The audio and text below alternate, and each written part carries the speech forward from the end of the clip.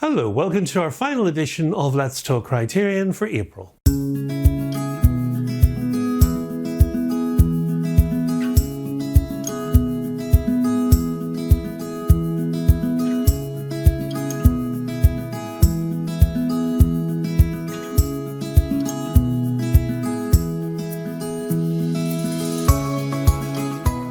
Dogfight.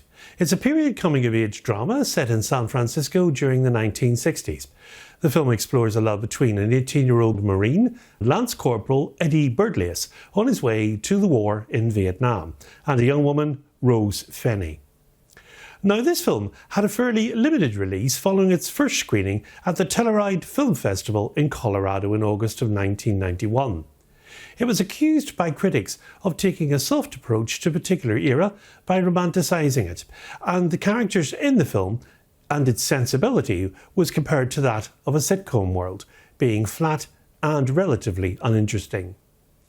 Now, it was somewhat bemusing to see this title joining the Criterion collection this year, but on reflection, it's somewhat aligned to titles already in the collection like King of the Hill and Day Trippers, which also has lightweight narrative material within them.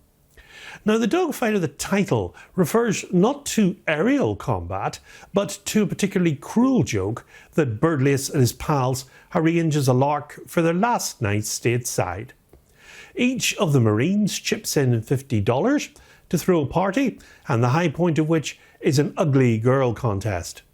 The Marine whose date is judged to be the worst dog of the night gets the pot.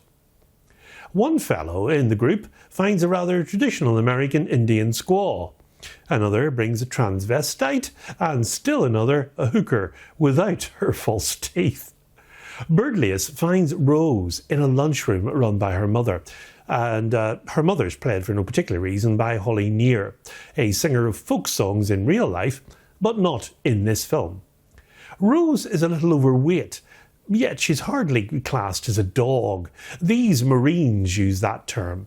The most curious thing about her is that she dresses like and slightly resembles Nancy Walker, when Miss Walker played Judy Garland's best friend in Girl Crazy, although Girl Crazy was made in 1943, not 1963. Now, River Phoenix finally settles on Rose, that's Lili Taylor, in desperation. She isn't very ugly, and indeed, in the tradition of such characters, she grows more lovely as the night wears on, but she's the best that he can do. Rose is a vulnerable, poetic young girl. She listens to Joan Baez records and writes poetry and has a sensitive nature. She agrees to go out with Birdlace, mostly because she feels sorry for him. And then she finds out about the dogfight, and in a scene of enormous power within the film, she attacks the young man, not for what he has done to her, but what their group have done to all the other victims. Now, to fully appreciate Dogfight, it helps to see it as the record of a particular time. In November 1963, John F. Kennedy was still president. Vietnam was not yet a familiar word. Hair was short, and the counterculture was still idealistic and tentative, more concerned with realisation than with revolution, and also more in 1963 than today. Male bonding sometimes consisted of the real or imaginary humiliation of women. Now, what elevates The Slight Tale above the ordinary is a stunning performance given by Lili Taylor, investing her character with sensitivity and wit, while River Phoenix again displays all the signs of a potential master at work. Savoca, last heard of on True Love, displays a sure touch, particularly in one wonderful wardrobe crisis scene that will strike a chord with all female viewers, turning the particular dogfight into an interesting anecdote, and one that is well told and well performed. Lili Taylor, who played the girl who composed her own songs in Say Anything, was also in Mystic Pizza and the wonderful sleeper film Bright Angel. She has a solemn face, a serious smile, and a stillness that reads as sympathy. And River Phoenix, who sometimes plays rebels and misfits, here plays a kid who wants only to conform, and finds, to his surprise, he is just a little too good to do that. Now, directed by Nancy Savoca from Bob Comfort's screenplay, with great care and love. And also, Savoca's previous film was True Love in 1989. That's the story of a couple getting married in the midst of confusion and doubt and almost universally mistaken motives.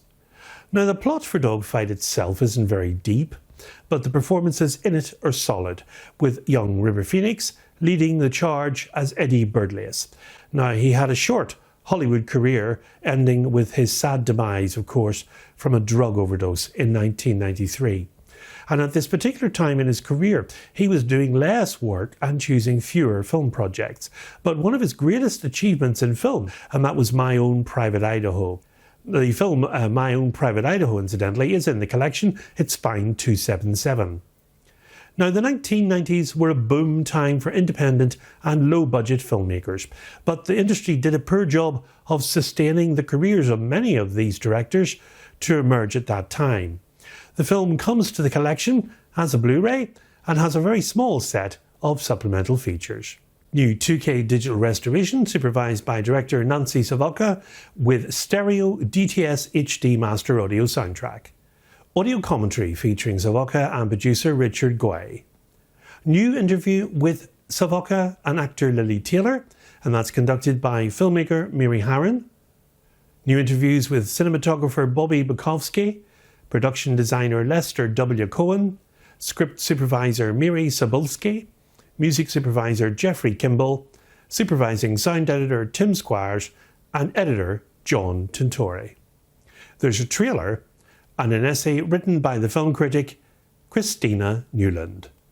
New cover art is inspired by an original theatrical poster.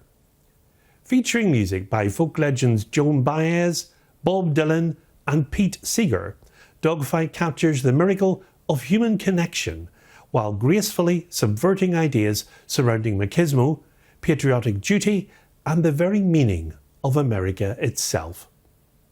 Dogfight has a running time of 93 minutes and it comes in a 1:85:1 aspect ratio, that's widescreen, and it releases on Blu-ray only in the collection as Spine 1216 on Tuesday the 30th of April. In our first May edition, we'll be looking at Yasuhiro Ozo's A Story of Floating Weeds, his silent feature accompanied by its remake Floating Weeds from 1959. So until then, from me, it's goodbye, and above all, good Criterion viewing.